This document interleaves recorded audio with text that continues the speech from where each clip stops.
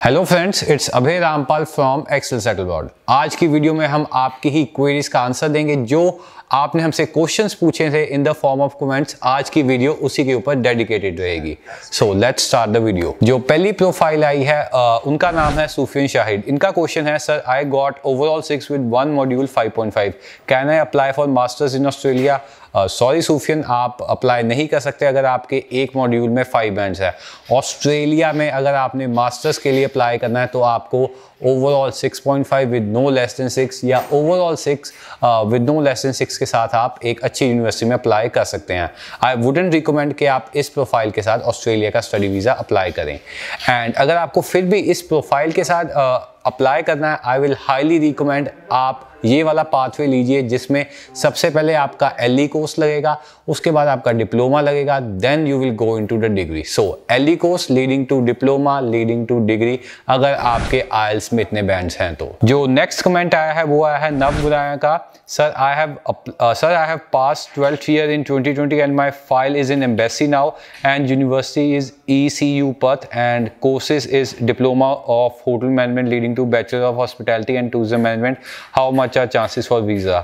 Again आपने 12 2020 में की है, आपने इसमें मुझे अपने आइल्स के स्कोर और अपनी एकेडमिक प्रोफाइल नहीं बताई एंड आपने मुझे ये भी नहीं बताया कि आपने इस गैप ड्यूरेशन में बेसिकली क्या किया है। सो ECU एडिथ कोवन university is a level 1 university. अगर आपको इस यूनिवर्सिटी की COE मिल जाती है तो आप ऑस्ट्रेलियन वीज़ा के लिए एकेडमिक स्टैंडर्ड्स के लिए फुलफिल कर जाते हैं। अगेन अगर आप hotel management leading to bachelor of hospitality के लिए जा रहे हैं तो आई थिंक सो आप diploma leading to degree course के लिए ही एनरोल्ड हैं। सो if you get a COE of ECU university you will have a very high chance of getting a Australian study visa. जो थर्ड प्रोफाइल है या जो हमारा next comment है वो आया है अजिंदर हिहार का। He is saying, sir, does taking deferment have a negative impact on visa decision? ये क्वेश्चन काफ़ी इंटरनेशनल स्टूडेंट्स का रहा है क्योंकि due to COVID and due to various other factors काफ़ी स्टूडेंट्स ने एक सेशन से दूसरा सेशन डेफर किया है। फॉर एग्जांपल कई स्टूडेंट्स फेब इनटेक में थे, उनकी एकेडमिक रिक्वायरमेंट्स नहीं पूरी हुई या उनकी फाइनेंशियल रिक्वायरमेंट्स नहीं पूरी हुई, so they have to move to June और July intake. I wouldn't recommend to take deferment because university ने आपको जो COE इशू की है वो पर्टिकुलर सेशन पर्टिकुलर इनटेक की होती है। सो of course it affects your visa decision, but अगर आप अपनी SOP में अपने वीज़ा ऑफिसर को समझा पाते हैं कि मैंने डेफरमेंट क्यों ली और ये एक जेन्युइन रीज़न था डेफरमेंट लेने का, सो उस चीज़ का आपके वीज़ा पे इफेक्ट नहीं पड़ता। One more very important thing, अगर आप डेफरमेंट ले रहे हैं तो आप ऑनलाइन क्लासेस लगाते रहिए प्लीज़ गाइज। ऑनलाइन क्लासेस का बहुत पॉजिटिव इम्पैक्ट पड़ा है ऑस्ट्रेलियन स्टडी वीज़ा पे। अब कई स्टूडेंट्स जिनके वीज़ास कैंसिल हुए हैं in the Covid pandemic, main reason था कि उन्होंने ऑनलाइन क्लासेस नहीं लगाई, डेफरमेंट पे डेफरमेंट लेते गए and their visa got cancel.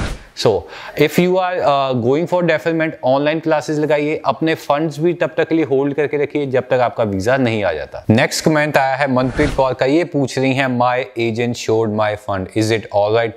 Again इस चीज़ को मैं कभी भी ज़्यादा इंकरेज नहीं करूँगा। गाइस आप अपने फंड्स खुद शो कीजिए, अपने पेरेंट्स, अपने mom dad and even uncle aunt के भी फंड्स ऑस्ट्रेलियन एम्बेसी एक्सेप्ट करती है, बट वो जेन्युइन होने चाहिए। Again she is saying my agent has showed my fund, so I don't know whether it's genuine और नॉट, या उन्होंने किस तरीके से फ़ंड शो किए हैं। अगेन फ़ंड शो करने के काफ़ी तरीके होते हैं ऑस्ट्रेलियन एम्बेसी में। आप लिक्विड फ़ंड शो कर सकते हैं, आप फिक्स डिपॉजिट भी शो कर सकते हैं, but I wouldn't recommend again कि आप अपने एजेंट को मत कहिए कि आप हमसे पैसे लेके हमारे फ़ंड शो कर दीजिए। फ़ंड्स आपके अपने अकाउंट में होने चाहिए या पेरेंट्स के अकाउंट में होने चाहिए, तभी वो जेन्युइन कंसीडर करते हैं। नेक्स्ट कमेंट आया है जशनदीप कौर का। ये कह रहे हैं, sir 12th commerce pass out, file launched on 7 February and medical was updated on 22 February and classes are starting from 7 March. इन्होंने अप्लाई किया Adelaide Institute of Higher Education में। When can I expect my visa?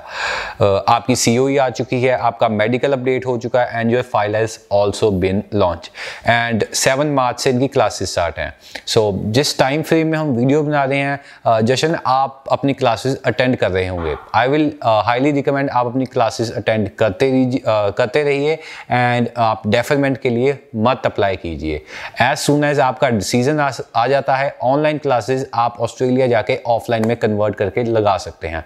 You have a very good profile. Australia institute of higher education is a good institute. Visa chances are high, so maximum visas, ये सिर्फ इस particular profile के लिए, मैं सबके लिए कह रहा हूँ, मैक्सिमम वीज़ाज हम 19 मार्च के बाद ही देखेंगे फॉर ऑस्ट्रेलिया। नेक्स्ट कमेंट आया है गरिमा गुलिया का। इन्होंने अपनी प्रोफाइल काफ़ी डिटेल में डिस्कस की है एंड ये अपने सजेशन भी पूछ रहे हैं इनको कब अप्लाई करना चाहिए। इस कमेंट को हम 2 पार्ट्स में करेंगे।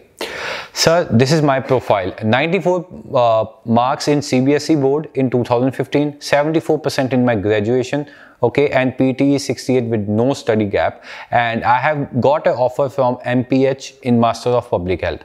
अब ये जो प्रोफाइल है for Australian study visa specifically, सारे स्टूडेंट सुन लें, ये होती है क्रीम प्रोफाइल।